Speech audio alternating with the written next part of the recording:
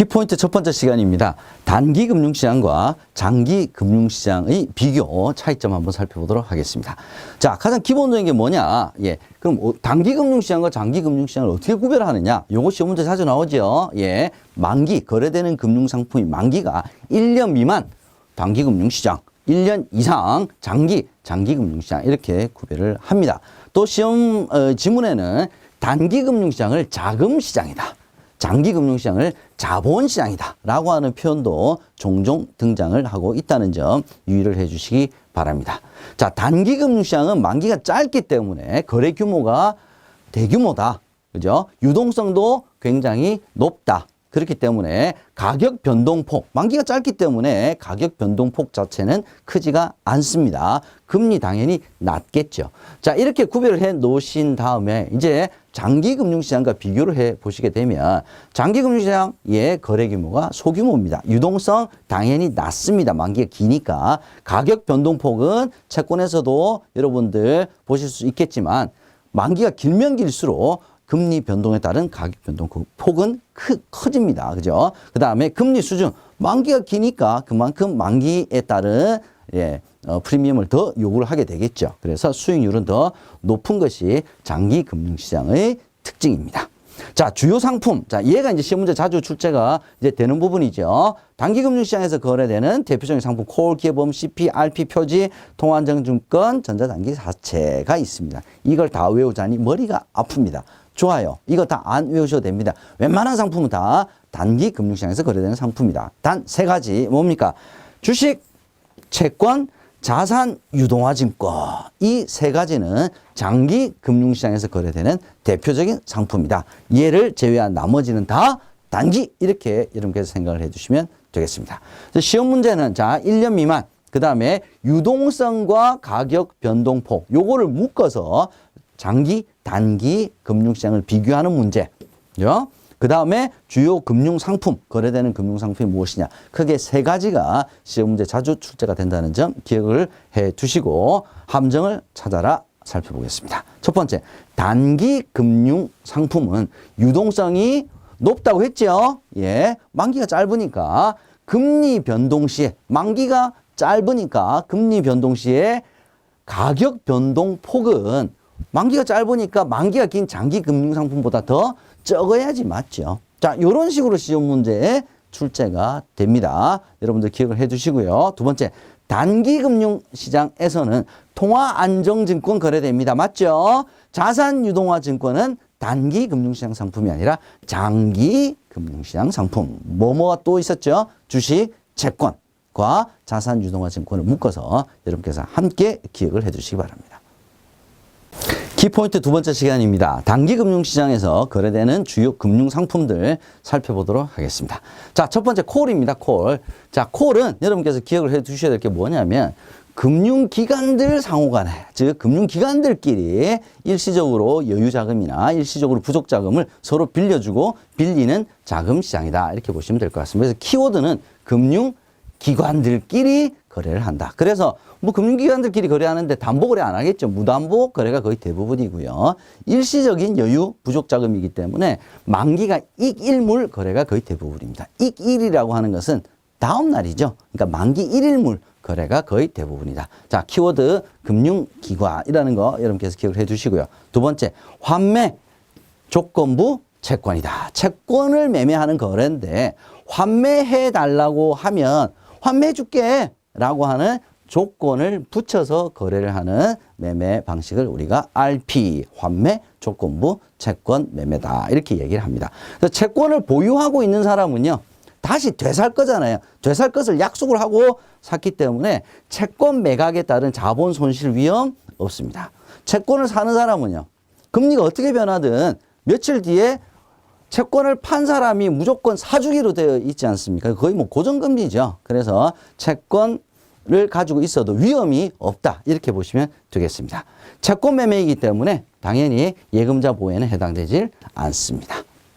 양도성 예금증서 보겠습니다. 자, CD라고 이야기를 하죠. 발행은 은행이 하는데 다 할 수 있습니다. 은행이. 근데 단 한 군데 수출입은행만 CD를 발행하지 못합니다. 정기 예금의 양도성, 양도라고 하는 성격을 이제 부여한 증서를 우리가 양도성 예금 증서라고 얘기합니다. 정기 예금은 흔히 만기가 되면 은행에 가서 만기가 되면 이제 돈 찾는 거죠. 근데 이 양도성 예금 증서는 만기에 가서 만약에 찾아도 되지만 그죠? 만기가 되기 전에 만약에 돈이 필요하게 되면 중도 환매하지 말고 양도 팔아서 써라. 라고 하는 겁니다. 그래서 양도 사고 팔 수 있는 정기예금입니다. 이렇게 보시면 될 것 같습니다. 그래서 만기 전 중도 환매는 당연히 안 됩니다. 요거 지문에 굉장히 많이 출제가 됩니다. 만기 전 중도 환매가 안 되고요. 양도가 가능하기 때문에 유가증권이죠. 예금자 보호에 해당이 되지 않는다라는 점 알아두시기 바랍니다. 자, 기업어음은 뭐냐면 기업이 발행한 어음이에요. 어음. 뭐 하려고? 돈 빌리려고요. 그래서 기업어음의 가장 큰 핵심은 융통음, 융통음. 융통을 하기 위해서 뭘? 돈을 융통하기 위해서 꼭 융통음이라고 하는 키워드 알아두시기 바랍니다. 왜 이걸 발행합니까? 단기 자금을 조달 목적을 하는 거죠. 돈 빌리려고 하는 거라고 제가 말씀드렸죠. 그죠? 그래서 융통음, 기업음 꼭 기억을 해 두시고요. 금리는 투자자와 발행 기업 사이에 그때그때의 금리 상황에 따라서 자율적으로 결정을 한다. 여러분께서 기억을 해 두시기 바랍니다. 자, 기업어음과 대비되는 것이 표지어음입니다. 이 어음이라고 하는 것이 다 같이 붙어 있기 때문에요. 자, 기업어음은 융통어음이라고 했죠. 표지어음은 키워드가 뭐냐면 상업어음, 무역어음, 팩토링 어음입니다. 상업어음이라고 하는 건 뭐냐면 물건 팔고 어음을 받았어요. 그죠? 진성어음, 상거래를 통해서 일어난 어음이라고 생각하시면 될 것 같습니다. 상업어음. 이 상업어음을 그러니까 외상한 거죠. 그죠? 외상 준 거죠. 근데 만기가 되기 전까지 이걸 다 가지고 있으면 좋은데 만약 돈이 필요하게 되면 어떡하냐. 이 어음을 가지고 금융기관에 가서 할인을 받습니다. 할인. 그럼 금융기관은 대출을 해주는 형태로 그 어음을 인수를 하는 거죠. 그걸 새롭게 약속 어음을 일종으로 발행을 해서 고객들에게 파는 거다. 이렇게 생각하시면 될 것 같습니다. 그래서 얘는 예금 상품이에요. 예금 상품이기 때문에 예금자 보호에 해당이 된다. 이렇게 생각을 하셔야 됩니다. 표지어음의 가장 키워드는 뭐냐? 상업어음, 무역어음, 팩토리어음. 이게 키워드입니다. 기업어음은 다시 한번 강조드립니다. 융통어음. 통화안정증권은요. 통화가 뭡니까? 통화 돈이죠. 그죠? 자, 돈을 안정시킬 목적으로 발행하는 증권. 돈을 안정시킨다. 통화량을 안정시킨다. 통화량을 조절한다. 누가 합니까? 한국은행이죠. 한국은행이 어떤 목적으로? 통화량을 조절할 목적으로 발행하는 증권이 채권이 바로 통화안정증권입니다. 대상은 금융기관을 대상으로 해서 발행하기도 하고요. 일반 개인에게도 직접 판매하기도 합니다. 그래서 시험 문제는 금융기관만 거래할 수 있다. 뭐 이런 질문이 나올 수 있는데 일반인들도 다 거래를 할 수 있습니다. 입찰 참여할 수 있고요. 한국은행이 뭘 목적으로? 통화량 조절 목적으로. 자, 만기는 14일에서 2년까지 총 13종. 이게 예전에 시험 문제 많이 나왔었는데 최근에는 거의 출제가 되지 않고 있습니다. 이거 여러 가지 종류가 여러 가지가 있다라는 것 정도 여러분께서 기억을 해 두시면 되겠습니다. 자, 마지막으로 전자단기사채입니다. 이건 이제 CP라고 기업어음이라고 보시면 될 것 같습니다. 이제 기업어음이 실물, 어음을 발행을 해야 되겠죠. 그래서 실은 여러 가지로 좀 복잡합니다. 들고 왔다 갔다 해야 되고요. 그래서 좀 편하게 좀 거래를 하자. 그래서 전자식으로 단기사채의 기업어음을 발행을 하는 것이다. 이렇게 생각하시면 될 것 같습니다. 시험 문제는 몇 년 전에 딱 한 번 나왔습니다. 1억 원 이상 만기 1년 이내. 요거 한 번 딱 시험 문제 나왔는데 뭐 1이니까 눈으로만 여러분께서 기억을 해 두셔도 뭐 무방하지 않겠냐라는 생각을 해봅니다. 자, 함정을 한번 찾아보겠습니다. 첫 번째, 양도성 예금증서 CD죠. CD. 정기예금인데 양도성을 부여한 거죠. 만기 전 중도 환매 불가능하다 그랬죠. 예, 만기 전 돈 필요하면 어떻게 하라 그랬어요? 팔아 써라. 양도죠. 그죠? 예, 이거 좀 많이 나온다고 말씀드렸습니다. 두 번째, 통화안정증권. 통화안정증권 누가 발행하는 겁니까? 한국은행이. 목적이 뭐죠? 통화량을 조절하기 위해서 금융기관을 대상으로 발행을 한다. 맞죠? 개인들을 대상으로도 발행을 한다 그랬는데 얘는 제한된다 그랬으니까 얘가 틀렸습니다. 세 번째, 표지형. 기업이 단기 자금을 조달할 목적으로 상거래와 관계없이 발행한 융통어음이다. 표지어음이 융통어음이 아니죠. 융통어음은 바로 기업어음. 키워드를 반드시 기억해 주시기 바랍니다. 키포인트 세 번째 시간입니다. 한국은행에서도 의사결정기구인 금융통화위원회의 금리정책, 통화정책에 대해서 한번 살펴보도록 하겠습니다. 자, 우리나라 이제 기준금리를 결정을 합니다. 예, 한국은행에서 결정하는데 구체적으로는 한국은행의 금융통화위원회에서 금리를 결정을 합니다. 자, 결정 주기 보겠습니다. 얼마에 한 번씩 하느냐? 연 8회. 요거 시험 문제 굉장히 출제가 자주 됩니다. 분기 1회, 월 1회. 이거 아닙니다. 연 8회. 자, 금리가 이렇게 결정이 되면, 기준금리를 결정하게 되면, 콜금리. 콜 기억나시죠? 그죠? 금융기관들끼리 일일물 거래가 주로 대부분이다. 이렇게 말씀드렸습니다. 그래서 기준금리가 결정이 되게 되면 단기금리인 콜금리에 즉시 영향을 미치게 됩니다. 그 다음이 예금, 대출금리. 마지막으로는 부동산과 같은 실물 경제 활동에까지 기준금리의 결정은 영향을 미친다. 자, 요게 시험 문제에 가장 많이 나오는 부분들 다 모아두었습니다. 꼭 기억을 해 주시고요. 통화정책 운영 체계는 물가 안정 목표제다. 중앙은행이죠. 한국은행이. 중앙은행의 가장 큰 목표는 물가가 안정적으로 운영이 돼야 됩니다. 그래서 물가 안정 목표를 위해서 통화량을 조절을 하고 금리 정책을 피게 되는 거죠. 경기가 과열됩니다. 경기가 과열된다는 것은 장사가 문장 잘 돼요. 문장 잘 되게 되면 많이 쓰고 많이 투자하고 하겠죠. 그러면 물가가 올라가게 됩니다. 물가가 많이 올라가게 되면 선진국이 많이 올라갑니까? 후진국이 많이 올라갑니까? 물가가 많이 올라가면 잘 사는 거예요? 못 사는 거예요? 살기 힘들어지는 거예요.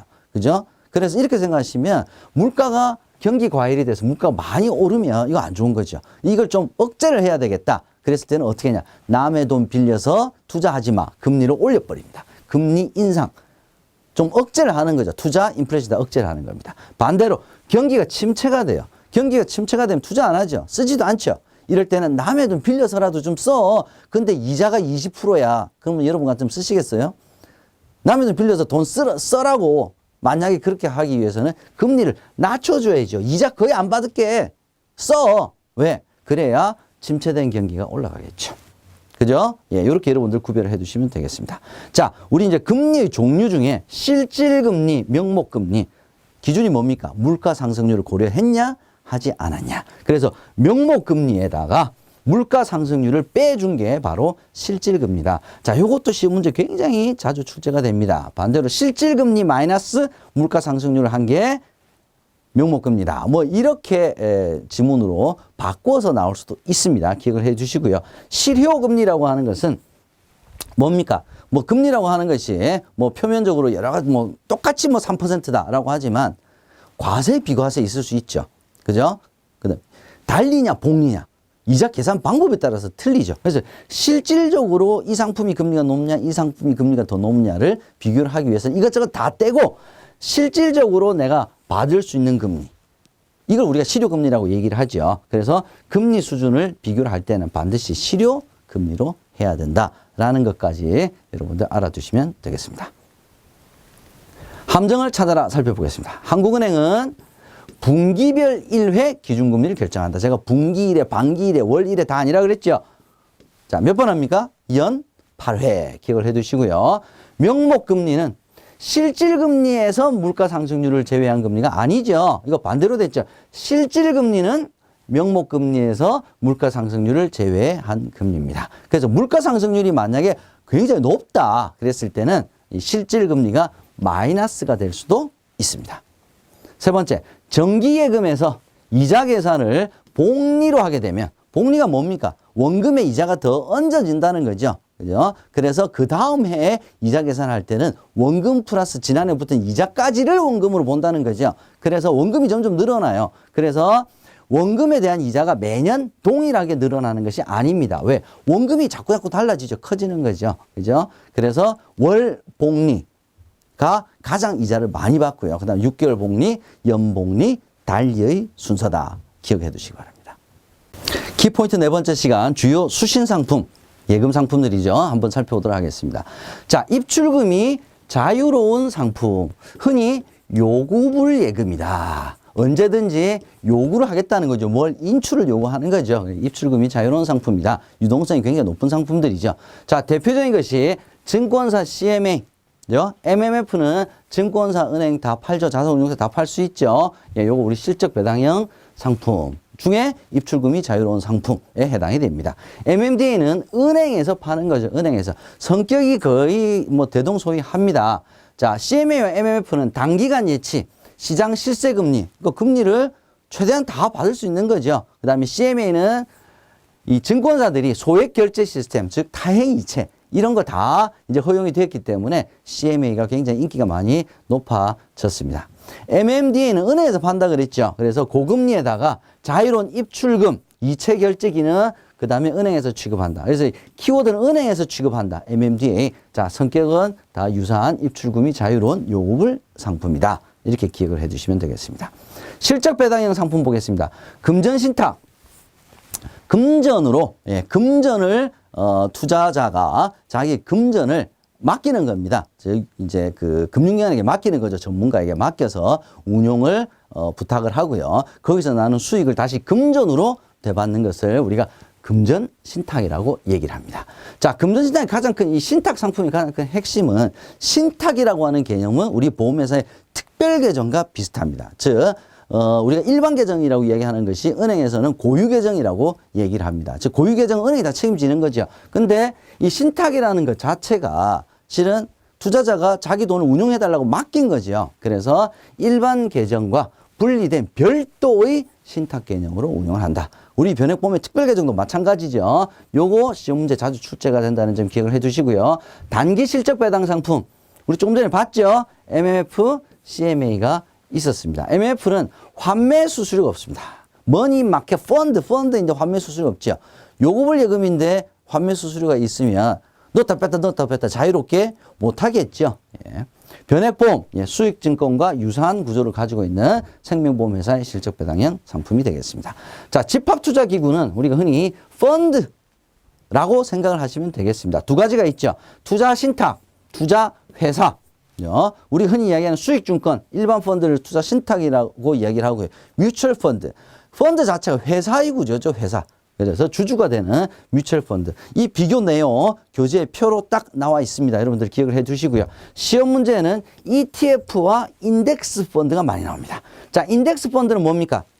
시장 수익률, 즉 종합주가지수 내지는 코스피 200. 이 목표 수익률을 시장 수익률을 따라가도록 만든 펀드입니다. 그래서 이 펀드 매니저, 투자 전문가의 개인적 판단을 신뢰하지 못한 난 그냥 종합주가지수 정도만 수익이 나오면 돼.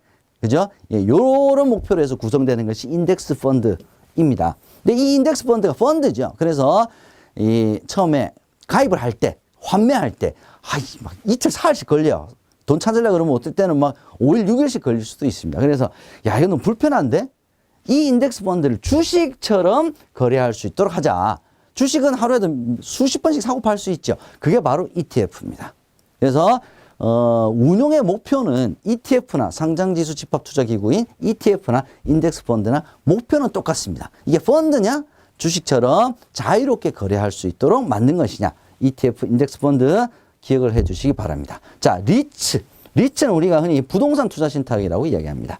투자자의 자금을 모아서 어디다 주로 투자하느냐? 부동산과 관련된 기업에 뭐 대출을 한다든지 아니면 뭐 개발 사업이라든지 부동산과 관련된 투자 대상에 투자를 해서 벌어들인 수익을 이제 투자자에게 갈라주는 그런 성격을 가지고 있습니다.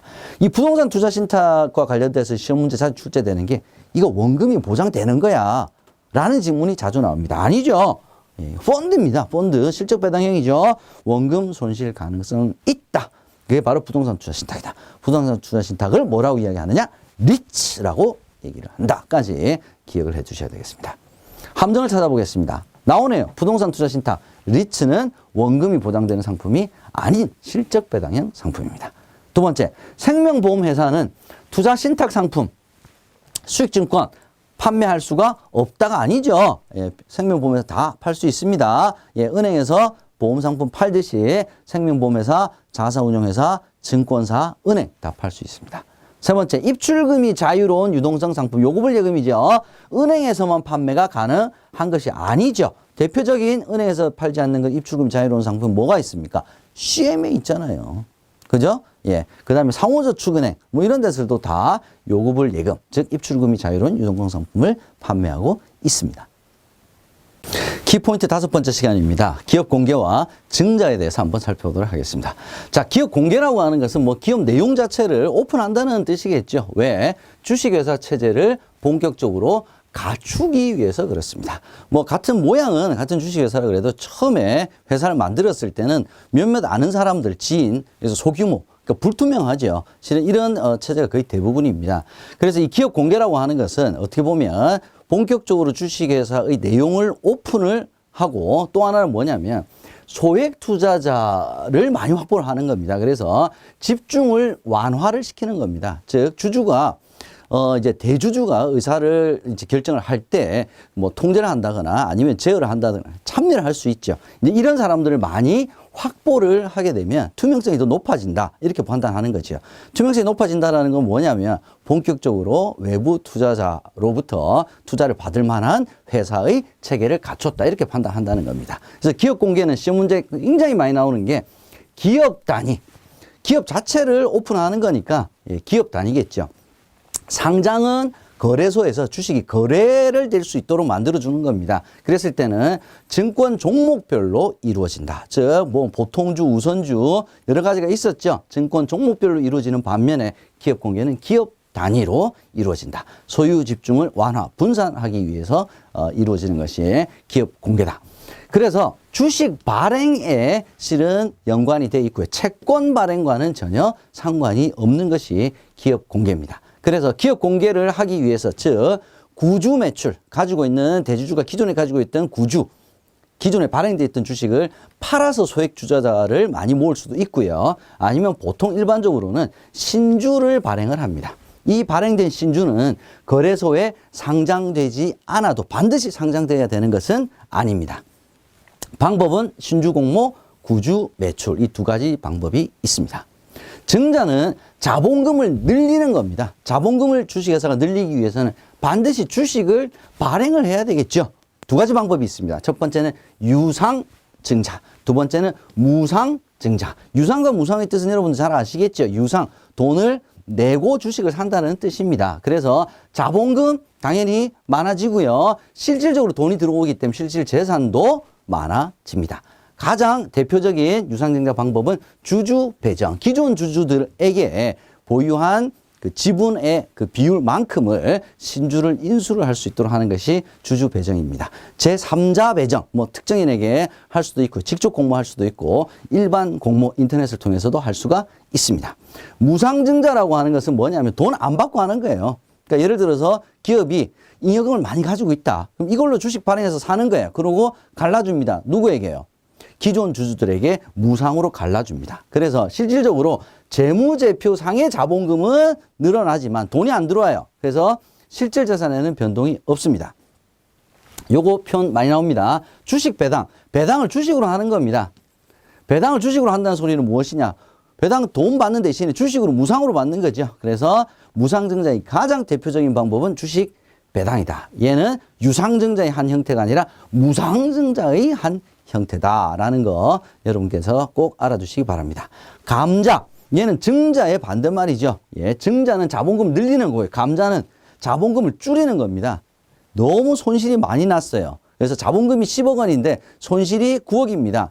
아, 이 회사 거래하기 좀 힘들죠. 그랬을 때는 자본금 9억하고 손실 9억을 상계시켜버려서 깔끔하게 자본금 1억 원인 회사를 만드는 겁니다. 그래서 자본금을 줄였기 때문에 주식 수가 줄어듭니다. 주식 수.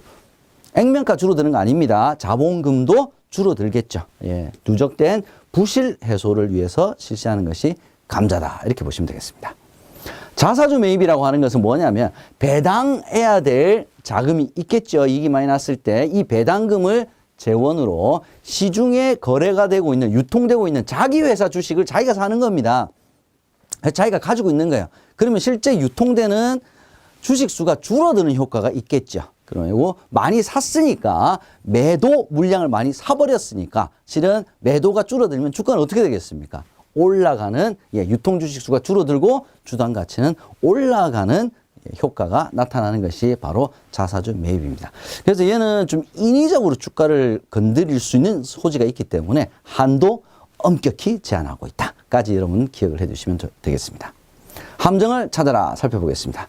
기업 공개란 다수의 투자자에게 주식을 분산하는 거 맞습니다. 그래서 기업이 발행한 증권 종목별로 이루어지는 것은 상장이었죠. 예, 기업 공개는 기업 단위로 이루어집니다. 기업 공개는 주식 발행 맞죠? 주식 발행 통해서 할 수 있죠. 구주 매출 통해서 채권 발행 방식은 해당이 없습니다. 세 번째, 현금 배당 실시하는 주식 배당은 뭡니까? 무상증자의 방법이지 유상증자의 한 형태는 아니다. 기억해 두시기 바랍니다. 키포인트 6번째 시간입니다. 주식 매매와 관련된 주요 제도 그리고 매매 체결 원칙에 대해서 살펴보도록 하겠습니다. 자, 첫 번째, 주식의 매매 거래 결제 방식입니다. 결제 방식은 꼭 암기를 해 두셔야 됩니다. 3영업일제, 매매한 당일 포함입니다. 3일째 결제가 이루어지는 주식의 보통 결제 방식은 우리가 3영업일 결제를 의미를 합니다. 요거 기억해 두시고요. 이제 얘하고 이제 좀 비교가 되는 게 채권이죠. 채권은 소액 채권인 경우에는 당일 결제 내지는 이길 결제. 그러니까 주식의 결제 방식과 다릅니다. 자, 두 번째, 정규시장. 주식의 정규시장 매매 시간은 09시에서부터 15시 30분. 자, 얘를 뭐 10시부터 16시까지다. 뭐 09시에서부터 15시까지다. 이렇게 바꿔서 낼 수 있습니다. 기억을 해 두시고요. 세 번째, 위탁 수수료율입니다. 자, 이건 뭐냐면 증권회사에 내는 수수료입니다. 주식 거래를 어느 회사를 통해서 하냐면 증권회사를 통해서 하죠. 그럼 증권회사를 통해서 주식 매매를 했으니까 증권회사에 내는 수수료다. 이렇게 생각을 하시면 되겠습니다. 증권회사는 한 군데가 아니죠. 수십 군데가 있습니다. 서로 우리 집에 와서 거래해. 우리 회사에 와서 거래해. 그래서 위탁 수수료율을 경쟁적으로 싸게 해주기도 합니다. 금융회사가 자율적으로 결정을 합니다. 자, 얘가 시험 문제 나오는 것이 아니라 증권거래세가 주로 많이 출제가 되는데 위탁 수수료율은 자율적으로 결정하지만 증권거래세는 세금입니다. 세금. 세금은 국가에서 부과를 하는 거죠. 세금은 안 깎아줍니다. 자, 이 두 가지를 구별을 해서 여러분께서 기억을 해 두셔야 됩니다. 자, 이 증권거래세는 주식을 사고 팔았을 때 둘 다 내는 것이 아니라 매도했을 때만 냅니다. 그래서 매도자에게 매도 금액에 대해서 일정률의 세금을 부과를 하는데 유가증권 시장은 0.25%, 코스닥 0.25%, 0.25 기억하시고요. 자, 비상장 주식은 0.45%. 작년까지 0.5%였습니다. 0.45%죠. 요거 시험 문제 자주 출제가 되었으니까 0.45 반드시 기억을 해 주시기 바랍니다. 다음으로 매매계약의 체결 원칙입니다. 주식의 매매의 가장 큰 특징이 뭐냐면 경쟁매매죠. 호가에 의한 경쟁매매. 불특정 다수고 막 호가, 불을 호자죠. 막 가격을, 나는 얼마에 사, 얼마에 팔아. 뭐 몇 주, 뭐 이렇게 하죠. 그죠? 자, 동시에 만약에 여러 사람들이 확 왔을 때 누구에게 우선적으로 체결을 하게끔 만들어 줄 것이냐는 원칙이 필요한 것입니다. 자, 그때 어떤 원칙을 피냐. 제일 먼저 가격 우선입니다. 이게 1번입니다. 1번. 자, 비싸게 사겠다. 싸게 팔겠다라고 하는 매도자, 매수자에게 우선 체결 기회를 부여합니다. 가격 똑같아요. 가격 똑같아요. 그럼 어떻게 하냐? 다음. 자, 똑같은 사람들끼리 누가 먼저 왔니? 시간 우선의 원칙을 적용합니다. 그래서 가격 우선, 시간 우선의 원칙이 순차적으로 적용이 된다. 기억을 해 주시기 바랍니다. 자, 동시호가의 체결 원칙은 조금 다릅니다. 동시호가는 뭐 시간의 선후가 명확하지 않는 내지는 동시에 접수된 호가일 경우에 자, 시간 우선의 원칙이 적용이 되지 않습니다. 동시호가 같은 경우는 뭐 이런 경우가 있죠. 이제 15시 30분에 장이 끝마쳤습니다. 그 다음날 9시까지는 장이 안 열리죠. 그 사이에 실은 이 회사의 주가에 영향을 미칠 수 있는 수많은 뉴스들과 이슈들이 생길 수가 있습니다. 그래서 만약에 어제 종가가 10,000원으로 끝났다면 오늘 시가가 10,000원으로 시작하는 게 아니죠. 그 사이에 일어났던 여러 가지 뉴스들, 가격에 영향을 미칠 수 있는 요인들을 반영을 시켜주기 위해서 일정 시간 동안 일단 주문을 받습니다. 그래서 일정 시간 동안 받아서 단일가로 체결하기 때문에 누가 빨리 왔니는 체결 원칙에서 배제가 됩니다. 자, 요거 시험 문제 자주 나옵니다. 동시호가에서는 시간 우선의 원칙이 적용이 되질 않는다. 요에 반드시 기억을 해 두셔야 되는 내용입니다. 명의에서 보겠습니다. 명의, 누구의 명의? 주주의 명의를 계속 바꿔 쓰는 거죠. 왜 바꿔 씁니까? 자, 주주가 되면, 주식을 사면 주주가 되죠. 주주가 되면 의결권, 배당권, 자녀재산 분배권 이런 거 생기죠. 그죠? 근데 내가 그러면 오늘부로 이 회사의 주주가 되었다는 것을 어떻게 증명할 거냐 이거죠. 그게 바로 이름을 바꿔 써야 나한테 주식을 팔은 매도자 이름 빼고 내 이름으로 바꿔서 써달라 하는 것이 명의개서입니다. 이 명의개서를 해야 주주로서의 권리가 생기게 됩니다. 자, 그러면 회사가 저 지방에 있고요. 그 다음에 산 사람은 저기 또 이제 다른 도시에 가서 살고 있습니다. 들고 갈 수는 없죠. 그래서 금융투자회사, 즉 증권회사를 통해서 예탁결제원을 통해서 대체결제를 하게 되면 자동으로 명의개설화 된 것으로 인정을 받게 됩니다. 함정을 찾아라 한번 보겠습니다. 첫 번째, 주식의 매매 거래는 매매 계약을 체결한 날의 다음 날이 아니죠. 보통 결제제도 3영업일째 이루어집니다. 두 번째, 위탁증거금. 위탁증거금은 일종의 증거금, 보증금 형태죠. 보증금 형태. 왜? 3영업일 결제이기 때문에 실은 주식을 사고요. 1,000만 원어치 사고요. 결제를 언제 하면 3일 뒤에 합니다. 근데 3일 뒤에 결제 안 하면 어떡하죠? 문제가 생기죠. 그래서 일정의 담보금으로 받는 것이 위탁증거금인데 이 위탁증거금은 금전으로 또는 유가증권으로 모두 징수가 가능합니다. 근데 금전으로만 징수된다 그랬으니까 틀린 지문이 되겠습니다. 주식의 매매 거래에서 1단계 매매 거래 중단, 서킷 브레이커스죠. 이제 8, 15, 20. 예고되기 위한 조건은 한국종합주가지수가 직전 거래일 종가보다 10% 이상 하락한 경우가 아니라 8, 15, 20이었죠. 8% 이상 하락한 경우에 1단계 매매 거래 중단이 발동이 되겠습니다. 키노트 채권의 이해 한번 살펴보도록 하겠습니다. 자, 우선 발행이죠. 예, 발행 시장이 있고 유통 시장이 있습니다. 처음에 발행을 할 때는 채권은 유가증권이기 때문에 아무나 발행할 수가 없습니다. 그래서 발행할 수 있는 주체가 법률로 정해져 있습니다. 대표적인 것이 정부죠. 그 다음에 뭐 지방자치단체, 정부투자기관, 아니면 일반 주식회사, 뭐 이렇게 정해져 있습니다. 그 중에서도 이 정부가 발행하는 국채는 반드시 국회의 동의가 필요합니다. 그러니까 한도를 받아야 된다는 거죠. 또 하나의 특징은 뭐냐면 신용도가 매우 낮은 회사, 그러니까 투자 부적격 기업도 채권을 발행할 수는 있습니다. 그래서 채무 불이행 위험이 있다 이렇게 우리가 얘기를 하죠. 이렇게 해서 신용도가 매우 낮은 회사가 발행한 채권을 우리가 정크본드다. 이 정크본드 출제가 한 번씩 됩니다. 기억을 해 두시고요. 자, 이렇게 발행된 채권이 이제 시장에서 거래가 되는 시장을 우리가 유통시장이다 이렇게 얘기를 합니다. 주식도 유통시장에서 사고 팔죠. 자, 이 채권은 만기 이전에, 만기가 원래 좀 길죠, 그죠? 만기 이전에 유통시장에서 매매를 통해서 언제든지 자유롭게 현금화, 예, 유동성을 확보하는 거죠. 거래가 가능합니다. 그래서 만기 이전이라도 원금을 회수를 할 수가 있습니다. 또 하나의 특징은 뭐냐면 주식처럼 거래소에서 거래되는 장내 거래의 비중보다는 채권은 장외 거래가 훨씬 더 큰 비중을 차지합니다. 이 채권 자체가 워낙 종류도 많고요. 이 단가를 계산하기가 어렵기 때문에 개인들이 실은 자유롭게 거래를 하기가 쉽지가 않습니다. 그래서 기관 투자자 중심의 장외 거래가 거의 대부분을 차지를 한다. 이렇게 보시면 될 것 같고요. 이걸 우리가 뭐라고 이야기하냐면 상대가 이미 정해져 있다. 예. 주식처럼 여러 사람이, 불특정 다수 여러 사람이 경쟁 매매, 호가에 의한 경쟁 매매 방식이 아니라 상대가 정해져 있는, 그러니까 몇몇 안 된다는 거죠. 예, 이런 매매 거래 방식을 우리가 채권의 특징 중 하나로 상대 매매 방식이다. 이렇게 얘기를 합니다. 자, 수익률에 영향을 미치는 내적 요인. 자, 내적이라 그랬으니까 채권 자체의 특성이 되겠죠. 그죠? 자, 잔존 만기. 예, 만기까지 남아있는 기간이 길면 길수록 투자기간이 길다는 거죠. 두 번째, 채무 불이행 위험이 높으면 높을수록, 그리고 유동성, 황금성이 떨어지면 떨어질수록 이 채권의 가격은 실은 낮게 평가가 되겠죠. 자, 채권 수익률과 가격은 반대죠. 채권 수익률을 상승하게 됩니다. 그만큼 프리미엄을 더 요구를 하는 거죠. 자, 유통 수익률 변동에 따른 채권 가격 변동 살펴보겠습니다. 자, 반비례한다. 제가 금방 말씀드렸죠. 잔존 만기가 길면 길수록 수익률의 변동폭이 커진다. 이렇게 보시면 될 것 같습니다. 자, 만기가 10년짜리하고 만기가 1개월짜리하고 예, 0.1%가 변하더라도 10년짜리 10년 전체 영향을 미치기 때문에 수익률이 당연히 높고요. 가격 변동폭도 큽니다. 세 번째, 표면금리가 낮은 채권일수록 가격 변동폭이 더 큽니다. 예, 뭐 예를 들어서 표면율이 1%다.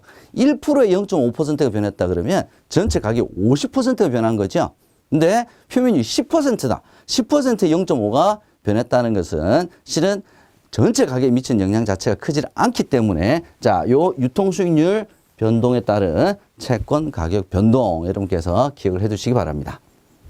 함정을 한번 찾아보겠습니다. 자, 발행된 채권이 유통시장에서 계속 매매가 되죠. 그죠? 그래서 시장 여건에 따라서 형성되는 수익률은 표명 수익률이 아니고 유통 수익률이죠. 유통시장에서 유통이 되면서 그 상황에 맞춰서 자금상이나 이런 그 여건에 따라서 형성되는 수익률을 유통 수익률이라고 합니다.